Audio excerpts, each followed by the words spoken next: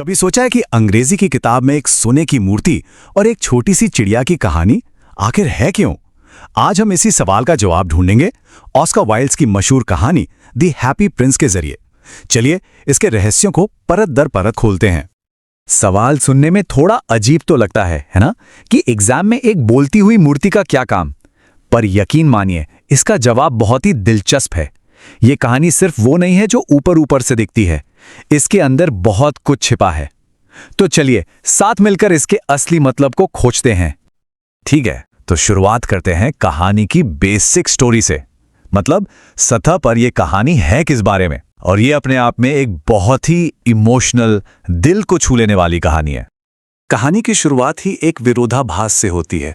सोचिए, एक राजकुमार की मूर्ति है जो सोने और कीमती पत्थरों से लदी हुई है, लेकिन वो रो रही है। क्यों? क्योंकि जब वो जिंदा था उसने कभी दुख देखा ही नहीं, पर अब एक मूर्ति बनकर वो अपने शहर के लोगों की सारी तकलीफें देख सकता है, और यही उसका दुख है। और बस यही कहानी में आता है हमारा दूसरा हीरो, एक छोटा सा अबाबील। वो राजकुमार को रोता हुआ देखता है और बस उसका दिल पिघल जाता है। उसे मिस्र जाना था, गर्म जगह पर, लेकिन वो अपना सफर रोककर राजकुमार की मदद करने का फैसला करता है। और इसके बाद जो होता है वो त्याग और दया की एक मिसाल बन जाता है। ये दोनों मिलकर राजकुमार की सारी दौलत, उसकी माणिक, उसके नीलम की आंखें, यहां तक कि उसके ऊपर लगे सोने के पत्ते भी एक एक करके शहर के जरूरतमंदों में बांट देते हैं। पर कहानी का अंत बहुत दुखद है। कड़ाके की ठंड की वजह से वो नन्हा अबाबील मर जाता है, और अपने दोस्त को खोने के गम ने राजकुमार का जो शीशे का दिल था वो भी टूट जाता है। और तो और शहर के मेयर को तो बस बाहरी सुंदरता से मतलब था। उन्होंने उस बदरंग हो चुकी मूर्ति को वहां से हटवा दिया। तो सवाल ये है कि क्या ये कहानी बस यहीं खत्म हो जाती है, एक दुखद अंत के साथ? नहीं, बिल्कुल नहीं।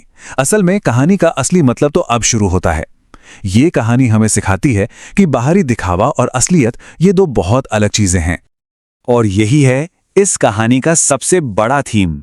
देखिए, एक तरफ है मेयर साहब, जिन्हें सिर्फ बाहर की चमक दमक दिख रही है, एक बदरंग मूर्ति, और दूसरी तरफ है ईश्वर, जो बाहरी सुंदरता नहीं बल्कि अंदर की अच्छाई, उस टूटे हुए शीशे के दिल की कीमत को पहचानते हैं। तो ये कहानी असल में बहुत सारी गहरी बातें सिखाती है, जैसे कि असली करुणा क्या होती है, गरीबों के लिए राजकुमार की सहानुभूति, सच्चा बलिदान क्या है, दूसरों के लिए अपना सब कुछ दे देना, और सबसे बड़ी बात, सच्ची खुशी दौलत में नहीं बल्कि देने में है। अच्छा, अब थोड़ा आगे बढ़ते हैं और ये देखते हैं कि ऑस्कर वाइल्ड ने इस कहानी को इतना पावरफुल बनाया कैसे। मतलब उन्होंने सिर्फ एक कहानी नहीं सुनाई, बल्कि कुछ खास लिटरेरी टूल्स का इस्तेमाल किया, जिससे इसका मैसेज और भी गहरा हो गया। और इसमें सबसे जरूरी टूल है सिंबॉलिज्म, यानी प्रतीकवाद। इसका सीधा सा मतलब है कि कहानी में जो आम सी दिखने वाली चीजें हैं, उनके पीछे बहुत गहरे मतलब छुपे हैं। और इसका सबसे अच्छा उदाहरण है राजकुमार का शीशे का दिल। सोचिए, एक शीशे का दिल बाहर से तो बिल्कुल बेकार और बदसूरत लगता है, लेकिन कहानी के आखिर में यही दिल सच्चे प्यार और करुणा का सबसे कीमती प्रतीक बन जाता है। ठीक इसी तरह अबाबिल के कैरेक्टर में भी एक जबरदस्त बदलाव दिखता है।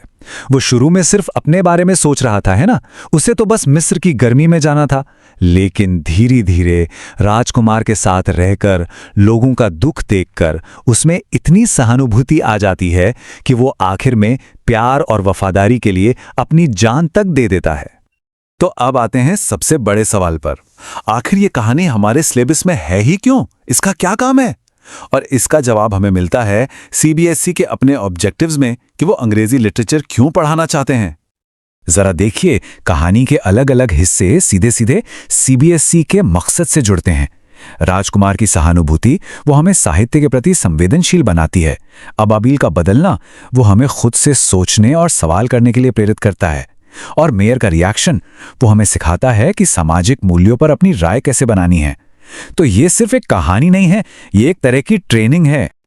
और जाहिर है, जब कहानी की इन सभी गहरी बातों को समझ लिया जाता है, तो न सिर्फ कहानी का मजा आता है, बल्कि एग्जाम में अच्छे नंबर लाने का रास्ता भी खुल जाता है। और ये कोई छोटी मोटी बात नहीं है। जो लैंग्वेज थ्रू लिटरेचर का सेक्शन होता है जिसमें ये कहानी आती है, वो फाइनल एग्जाम में पूरे 40 नंबर का होता है। ये बहुत बड़ा हिस्सा है। तो मान लीजिए एग्जाम में एक सवाल आता है कि ईश्वर ने हैप्पी प्रिंस के सीसे के दिल और मरे हुए अबाबिल को ही शहर की सबसे कीमती चीजें क्यों माना। तो इसका जवाब सिर्फ कहानी की समरी लिखकर नहीं देना है। नहीं, इसमें उन सभी थीम्स की बात करनी होगी जो हमने डिस्कस की हैं। प्यार, बलिदान और चीजों की असली कीमत क्या होती है। आखिर में ये कहानी हमें एक बहुत ही पावरफुल सवाल के साथ छोड़ जाती है। मेयर को एक टूटी फूटी मूर्ति दिखी और ईश्वर को एक हीरो। सवाल यह है कि हम क्या देखना चुनते हैं।